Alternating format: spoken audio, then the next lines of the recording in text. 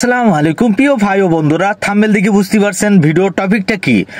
বাসর রাতে স্বামী ঢুকে পর দেখতে পেল স্ত্রী গর্ভবতী।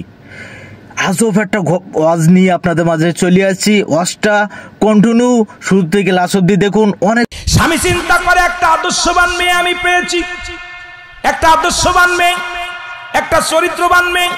কারণ বাসর ঘরে ঢুকে দেখি স্ত্রী নামাজে তারা নামাজ পড়ে দুহাত আল্লাহর দরবারে উঠায়া চোখের পানি ছেড়ে দরদর করে কান্দে। আল্লাহ তুমি আমার মাফ করে দাও। আমি কি জবাব দিব আমার স্বামীর কাছে? আমি কি জবাব দিব স্বামীর কাছে? চোখের পানি ছেড়ে ছেড়ে কাঁদতেছে। হঠাৎ স্বামী ঘরের ভিতরে ঢুকে বললেন, স্ত্রী রে তুমি এত কান্নাকাটি করছো কেন?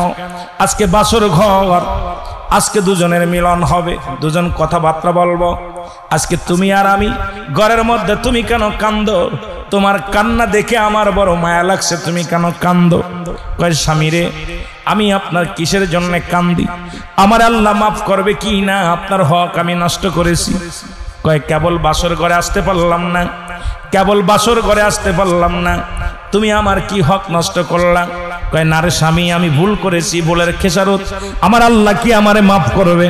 আমার আল্লাহ কি আমারে দয়া করবে?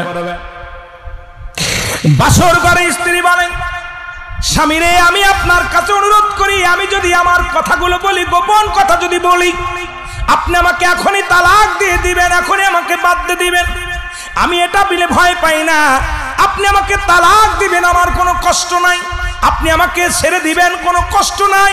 আপনি আমাকে বাসর ঘর থেকে তাড়া দিবেন, তাতেও কোনো দুঃখ নাই। আমি শুধু এই চিন্তা করতেছি, একজন আদর্শবান ছেলেকে আমি ঠকাইলাম, একজন আল্লাহ বুজুর্গ ব্যক্তি, নামাজি ব্যক্তিকে আমি ঠকাইলাম। আল্লাহর দরবারে আমি কি জবাব দিব? মদিনা আলার কাছে আমি কি জবাব দিব? ছেলে ডাকতে বলে, বিবি রে তুমি আমারে কি ঠকাইলা? তুমি কেন এত কাঁদছো? বলে স্বামী রে আমি আপনার কাছে আমি লুকাইব না, আপনার কাছে আমি লুকাবো না। কারণ আমার আল্লাহর কসম করে বলি, যখন আমি আপনার আদর্শ, আপনার চরিত্র আমি শুনতে পেরেছি, আপনি একজন আল্লাহওয়ালা মানুষ। জীবনে কোনোদিন আপনি জিনা ব্যভিচার করেন নাই, জীবনে আপনি কোনোদিন অন্যায় করেন নাই, কোনো মেয়ের দিকে আপনি মুখ উঁচু করে তাকান নাই।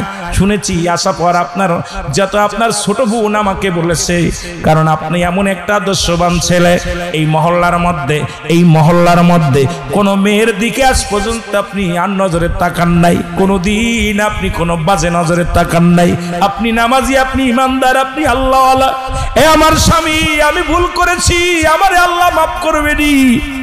তবু যদি মাফ না পাই, আপনি যদি আমারে মাফ না করেন, আমি জাহান্নামী হয়ে যাব। দুঃখ নাই, কিন্তু আপনার কাছে আমি মাফ চাই, আপনার কাছে আমি ক্ষমা চাই। আপনি আমারে মাফ করবেন নি। স্বামী কয়, বিবি রে বলো কি হয়েছে বলো। বলে স্বামী রে আমি একটা চক্রান্তে পড়েছিলাম, একটা ছেলের সঙ্গে প্রেম করেছিলাম। প্রেম করার পর সে আমার ছলনা করে নিয়ে গেল। নিয়ে যাওয়ার পর গত সপ্তাহ হয়ে গেল, এই এক সপ্তাহ হয়ে গেছে বিয়ের আগে আমার সঙ্গে দেখা করার কথা বলে, আমার বিয়ের কথা চলতেছিল। উনি আমাকে বলল একটু দেখা করো। দেখা করার পর আমাকে ব্ল্যাকমেল করে নিয়ে যে আমার সঙ্গে শারীরিক মিলন হয়েছে। এখন ওই সন্তানের সন্তান, ওই যুবকটার সন্তান আমার গর্ভে প্রবেশ করেছে। এই ভয়ে আমি আপনাকে ঠগাইতেছি। যদিও এক সপ্তাহ হয়ে গেছে, এক সপ্তাহের সন্তান হয়তো 10 মাস 10 দিন পরে আপনারই হবে। মানুষ বলবে আপনার সন্তান।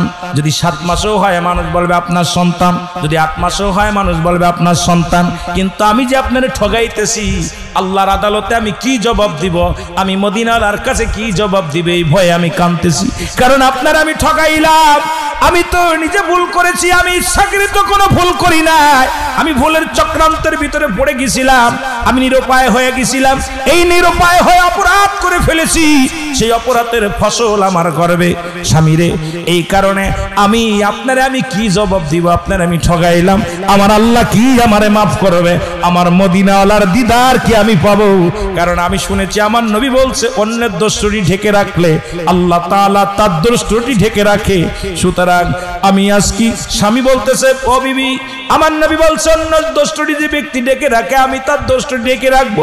ও বিবি, যেহেতু আমার আল্লাহ পাক জানায় দিয়েছে, আমার হাবিব এই কথা বলেছে সাহাবীদেরকে, আমি কথা দিলাম বিবি রে, তোকে আমি তালাক দিব না, আর তোরে নিয়ে আমি সংসার করব, জীবনেও আমি তোমার সঙ্গে আর মিলামিশাও করব না, তোমার সঙ্গে আর কোনো মিলনও আমি করব না, তোমাকে আমি তাড়াও দিব না, তোমাকে আমি বিতাড়িত করব না বিবি রে।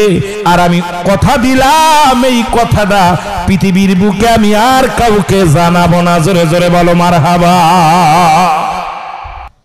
এ মুসলমান, 1 মাস 2 মাস হয়ে গেল, সন্তান ডেলিভারি হবে। 2 মাস যখন হয়ে গেল, মানুষের পার আগে ওই যুবক তার মাকে বাবাকে বুঝায় বলল, মা গো বাবা গো, তোমার বৌমাকে নিয়ে আমি অন্য একটা শহরে যেতে চাই। কয় মাসের জন্য নিয়ে গেলেন? এ মুসলমান শুনে নাও, 10 মাস 10 দিন পূর্ণ হয়ে গেল। এই দুনিয়ার মধ্যে সন্তান হলো, ছেলে হলো, একটা ফুটফুটে সন্তান হলো। এই সন্তানটা যখন হয়ে গেল, ওই ছেলে রাতের অন্ধকারে যখন ছেলে হলো, স্বামী যখন আসলো ঘরে ফিরে দেখে ছেলে সন্তান হয়েছে, ছেলেটাকে কোলের মধ্যে নিলেন, নিয়ে বড় আদর করলেন। আদর করে বললেন, বিবি রে আমার কোলের মধ্যে দাও, আমি একটু আদর করে দিই। এই আদর করার কথা বলে কোলের মধ্যে নিয়ে চলে গেলেন, যায় নিকটতম একটা মসজিদের বারান্দার মধ্যে ফেলে দিয়া রেখে দিয়ে উনি ফজরের নামাজে দাঁড়ায় গেছে। জোরে জোরে বলো আল্লাহু আকবার। ফজরের নামাজ শেষ, এদিকে বিবি চিন্তা আছে, ওই প্রথম রাত্রে সন্তান নিয়ে গেল, ফজরের রক্ত হয়ে গেল, এখনো পর্যন্ত ছেলে নিয়ে ফিরল না স্বামী। নিশ্চিত আমার ছেলেটা যার সন্তান, এই জন্য তাকে মেরে ফেলেছে। নিশ্চিত সে অবৈধ সন্তানের কারণে আমার স্বামী মেরে নিতে পারে নাই, ওকে নিশ্চিত মৃত্যু বউকে দিয়েছে, তাকে দুনিয়া থেকে বিদায় করে দিছে। ফজরের নামাজ বাদে মুসলমান শোনো, মুসল্লিরা সালাম ফিরেছে, সালাম ফিরে দেখে মসজিদের বারান্দায় একটা সন্তান, এই ছোট্ট একটা মাসুম বাচ্চা আছে। দৌড়ে যে ওই লোকটা তুলে নিলেন, যুবক তুলে নিলেন, হাতের মধ্যে নিয়ে বলেন, এই একটা ছেলে পাওয়া গেছে, তোমরা কেউ কি ছেলের সন্ধান জানো? এই ছেলেটা পাওয়া গেছে, এই ছেলেটা কে বা কারা রেখে গেছে কোন সবাই বলেন, এই ছেলে এখন কি উপায় হবে?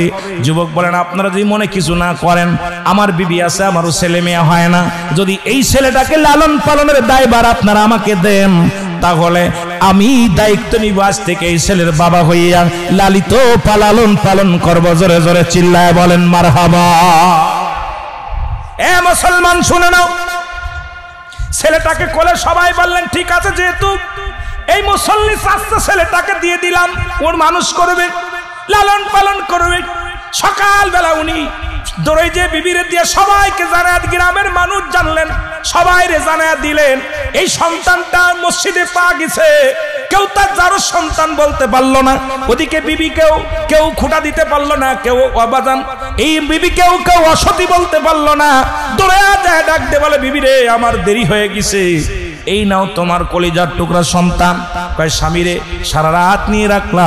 কয় নিয়ে রাখলাম এই কারণে রে বিবি, কারণ তোমার দিকে কেউ আঙ্গুল তুলবে না, আমার বাবা মা আঙ্গুল তুলবে না, আমার ভাই বাতি আঙ্গুল তুলবে না, কারণ এই সন্তান যে আমার, আমি তো এটাও কারোর কাছে জানালাম না, কেউকে টের পেতে দিলাম না, কারণ এই সন্তানটা যে অবৈধ সন্তান, তবু আমি তাকে লালন করে, সন্তান তো কোনো অপরাধ করে নাই, ভুল করেছে একটা, তুমি ভুল করেছো, ভুল করেছে সেই যুবকটা, সেই ভুলের খেসারত তো তুমি দিতে পারো না, আমি দিতে পারি না। এই মাসুম বাচ্চা তো কোনো ভুল করে না, এই মাসুম বাচ্চাটাকে ও বিবি আজ থেকে পালিত পুত্র হয়ে আমাদের থাকবে। এই পালিত পুত্র বলে মারে জানায়া দিলেন, বাবারে জানায়া দিলেন, চিঠি লিখে জানায়া দিলেন, মা একটা সন্তান পেয়েছি, মা বাবা একটা সন্তান পেয়েছি, একটা ছেলে পেয়েছি, আজ থেকে তারে লালন পালন করব। তুমি আমি জানলাম এটা তোমার ওই, তুমি জানো তোমার ওই স্বামীর সন্তান, আমি জানি তোমার গর্ভের সন্তান, আমাদের মধ্যে সীমাবদ্ধ থাকবে। দুনিয়ার মানুষ জানবে এটা পালক সন্তান। আল্লাহর কাছে প্রার্থনা করি, আল্লাহ তুমি যেন আমার মদিনার সঙ্গে সাক্ষাৎ করে দাও। আল্লাহ রাসূল বলে গেছে যে ব্যক্তি অন্যের দোষটি ঢেকে রাখবে, তার দোষটি আল্লাহ ঢেকে রাখবে।